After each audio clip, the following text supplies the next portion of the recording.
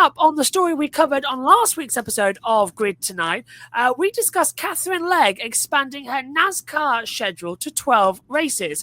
Now, 7 races of those are in the Xfinity Series, all on ovals, and 5 races are in the Cup Series. 4 of those are on road courses, and the final one on a short track.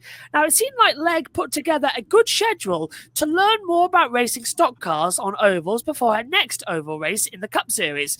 Now, her stock car education in the Xfinity Series got underway last weekend at Rockingham Speedway.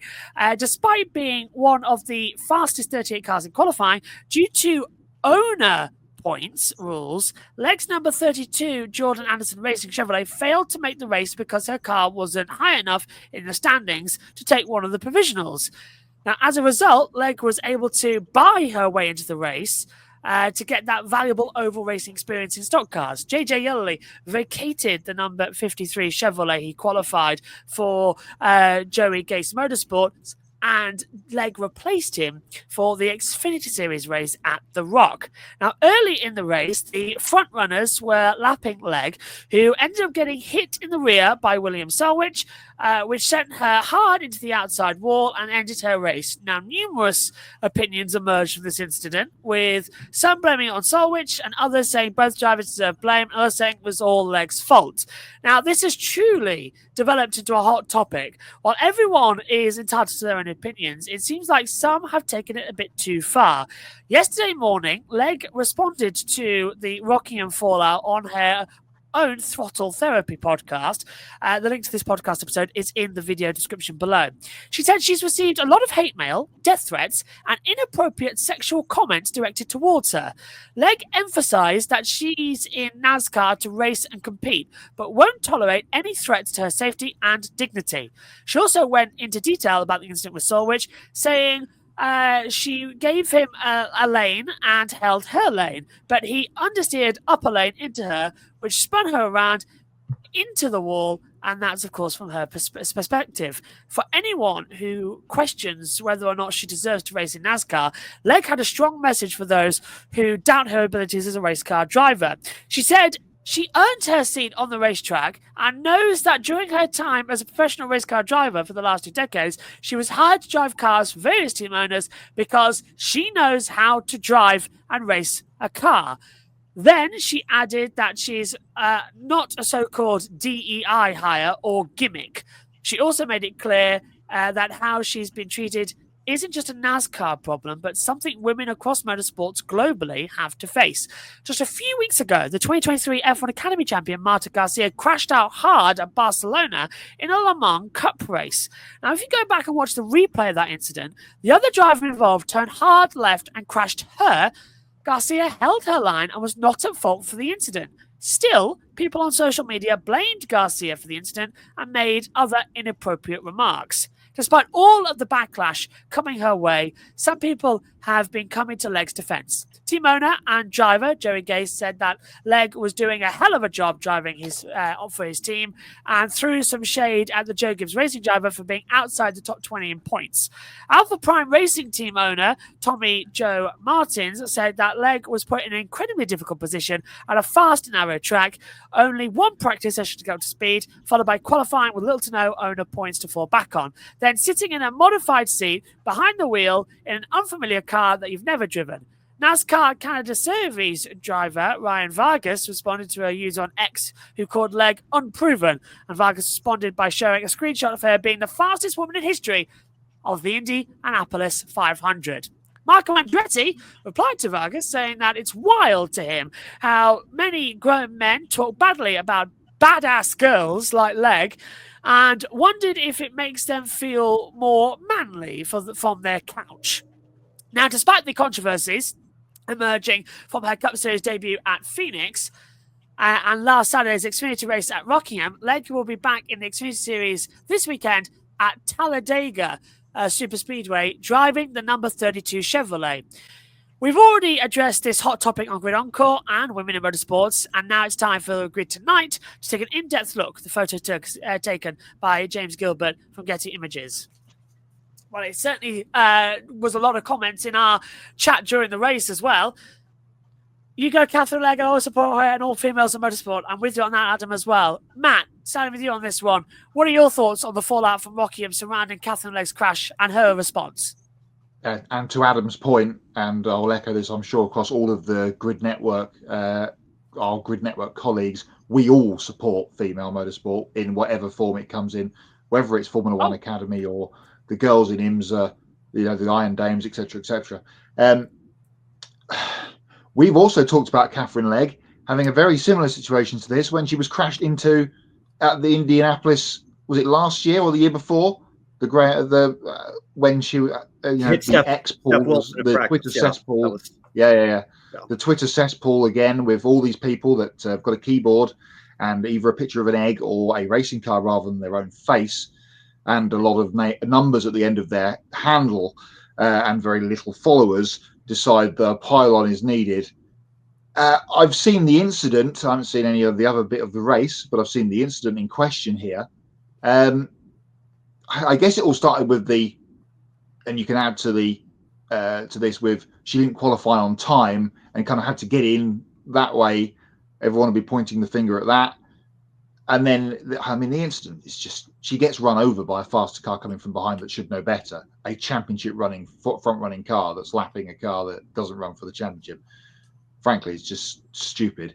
And for then her to be blamed for everything that went on is just insane, but unsurprising, because this seems to happen every single time. But again, as I say, these people that think they know better, come and have a go, please. You go road America and have the accident that she did in Champ Car all those years ago and get out and walk away unharmed. Flipping an F3 car at Rockingham, even before that, upside down at the oval at Rockingham, UK, not Rockingham, USA. Katherine Legge, one of the greatest female racing drivers in the modern era. She does not deserve the treatment that she has had this week. We talked about the schedule last week on the show, Josh, when it came out, what she was going to be doing. And we all like, yeah, good, should be positive, etc., etc. First race, she gets involved in someone else's accident, and the Twitter pylon has been just ridiculous, stupid.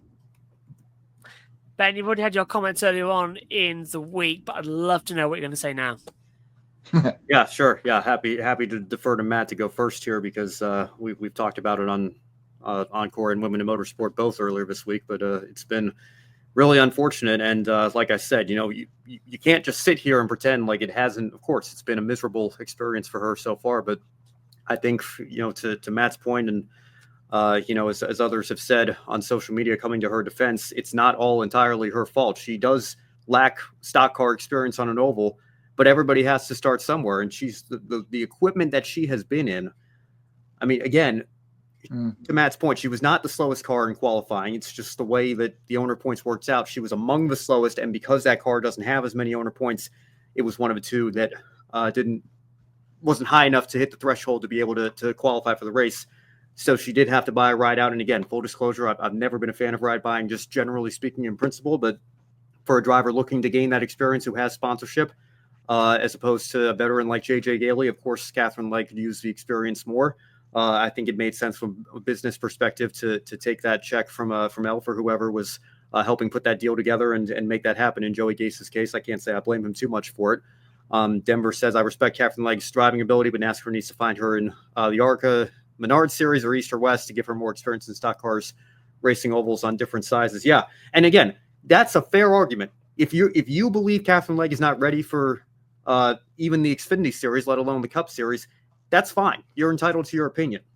What you are not entitled to is to spew the hatred and the misogyny that we have seen on social media the last several days. And Matt, to your point about the first name, bunch of numbers accounts, I said this after Phoenix. It is 99% of the time, it is somebody with a burner account that does not have, that has at best a first name attached to it, followed by 8 random digits of a default. They can't even be bothered to change their default name. Half the time they're probably just creating these accounts so that they can spew off without, revealing what their identity is.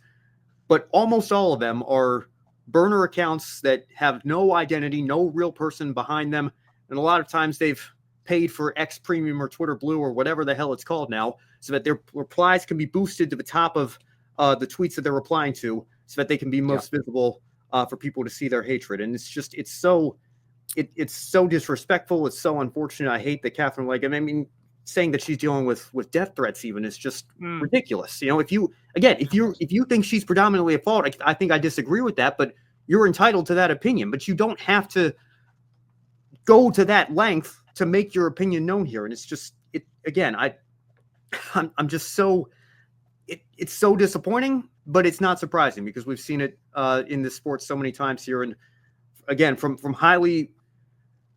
high-ranking people in the sport who should know better. And again, I don't want to say 100%, but I'm 99% sure I know who runs that Couch Racer Shop account that started a lot of this after Phoenix. It's so childish and so cowardly to get behind your burner account. If you want to be a-hole, I'll keep it G-rated for our audience here, but if you want to be that person, if you want to be that guy, at least say it with your face.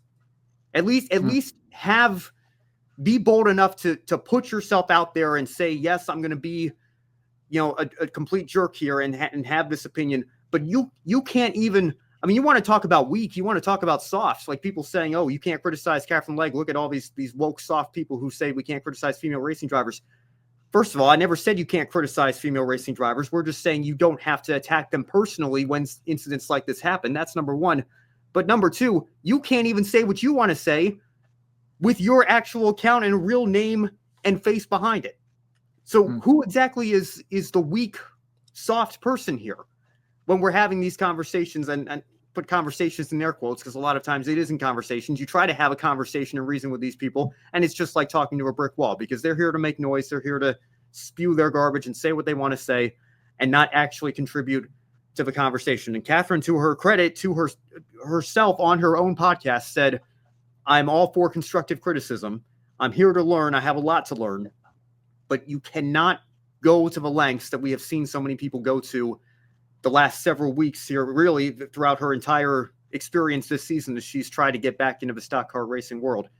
And again, Matt, to your point, people who just do a little bit of research, who would look at her career and her accomplishments, should know better. She does know how to drive a race car.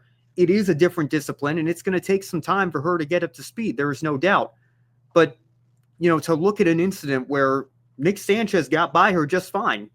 I said Monday night, you could maybe make the argument, okay, maybe she could have been half a lane up higher, made it even easier for William Sawalich, but I don't think William Sawalich is completely blameless here. Yeah, he had a faster car, he was closing in, but he just completely runs into her rear bumper when the driver ahead of him was able to get by her without issue. I find it very difficult to not at least put the majority of the blame on the 18 car in that situation. And then, of course, and this certainly didn't help the hatred that was coming her way. The fact that Casey Kane, an innocent bystander, and I think Brandon said on Monday night, everybody's favorite this weekend with his return, getting caught up in that with some damage as well. Fortunately, he was able to soldier on and finish 14th, I believe. But it's just really unfortunate, disappointing set of circumstances. And to have it happen on the same weekend where that popular F1 YouTuber put out that video that he just titled Women, and making fun of the F1 Academy first round in China.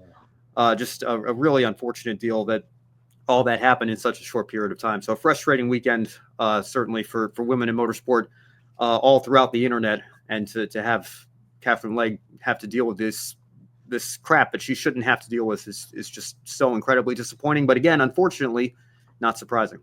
Yeah, careful, Ben. Can I, Mohammed Ben Salam might be after you there with some $10,000. Go on, Matt. Before you move on, Josh, quickly, I didn't realise that Casey Kane and William Sawalich had so many fans that this would cause them a big problem. Tongue in cheek, obviously. And I'll just throw this statement out and leave it on the floor. No one was talking about DEI hires pre-November last year in any form of any conversation. Next. I agree with that. I'll go with that. Yeah, my opinion's sort of shifted a little bit. Prove me wrong. Well, can't we? My take on that was, to me, Katherine was certainly on the racing line, and she wasn't. She was slow in my book. the car who got past her only just got by her on the low line, and she was slow on the racing line, and there was no time to react. But yes, we did see the 18 shove into the back of her. That wasn't her fault. But I read it as it was sort of a 50-50 in my book. Katherine shouldn't have been on the racing line going as slow as she was. She didn't give enough room. But at the same time, use your eyes and don't really plow into the back. So I read it as a 50-50 after going back at it. But Katherine can't not take any criticism from it as well, because it's early days for her. But in all the races she's done so far this year, she has caused cautions, and multiple of them. So it's it's upsetting, but it's just, you could say the same thing about anybody about that. Bubba Wallace went through a time when he was causing cautions in the lead race. You can say this about any driver. Just it's just, as you said earlier, people manipulate the facts for their certain point of view. Yes, and it's stupid. And we talked about this on Women in Motorsport as well, backstage just before we started recording. But I feel like women are held to an impossibly high standard in this sport. We see men push the limits or make boneheaded moves and crash and spin out all the time. Everybody goes, name me one racing driver that has never had any sort of spin or crash or accident in their careers, right? You can't do it. Because everybody has to learn where that limit is. And sometimes you're going to push past that limit, or sometimes you're going to drive in over your head and make a boneheaded move out on track and ruin your day and somebody else's. But the second a female driver in this sport is not perfect, it gives the trolls ammunition to pounce and say, haha, look at this, women can't drive. And it's I don't know how they put up with it, because I can't even begin to imagine somebody with the social media presence that somebody like Katherine Legge or Marta Garcia has. And again, Marta Garcia, definitely not her fault in that situation. I mean, there's no way you can make that argument there. At least here you could maybe say, well, she should have been a half lane up. And again, that's a fair take, but to use that to spew such garbage, again, it's just it's absolutely terrible. And there's really nothing more that you can say. And when we were doing F1 Academy this past weekend, were we? Yeah, Saudi. Yeah, just double checking because I wasn't on the broadcast. But I did see on the YouTube comments because I was watching race 2 because I was birthday celebration, so I was with my niece and I was playing with her. She's 18 months old and she's incredibly intelligent. Like, she is so smart. She was building bricks. She's comedic. She's comedy. She was pushing the bricks over that I built. She went, no. She knew how to put 2 to 2s. She was funny. She's smart. She's a smart girl. And I was watching the F1 Academy race on my phone alongside. I was seeing all these YouTube comments coming from mainly male accounts, and as you said, Ben, nameless accounts, saying about, back to the kitchen, women can't drive, and all this lot. And it was making my blood boil thinking about it. It really was, because I had my little niece right here who was smarter than any baby boy I've seen in the past God knows how many years. And, she's right there. And she's going to get those comments in her lifetime, as every woman will at some point. And I find it horrible and disgusting. And I'm completely on that case, is that I stand with Katherine Legge about how this abuse is just not needed. And there's a reason why behind me up there's Lizzie Whitmore's sticker, who after her crash at Donington Park, where she was sent to hospital with a broken shoulder and all that lot, she came back in and got told by one of the male Italian Yamaha mechanics that she is a danger and shouldn't be racing because she's going to get someone killed. And it really got her annoyed. And I've got Mal stuck on the headphones as well. Someone who also had the same thing go with her. It's ridiculous. And Maddie as well. All the things they've gone through. It's ridiculous. It's absolutely ridiculous. And I'm waffling, but go on. And you know what happens sometimes, Josh? You click, like if you go to the Instagram comments especially, you click on one of these comments. You know what their bio says? Loving father, husband, father to 3 beautiful daughters or whatever. And I'm like, what? Your daughters are going to read this. You're 2 daughters about how women don't belong in this sport. Your daughter's going to read this. What is she going to think of that? What is she going to think of you? It's just, it's mind blowing.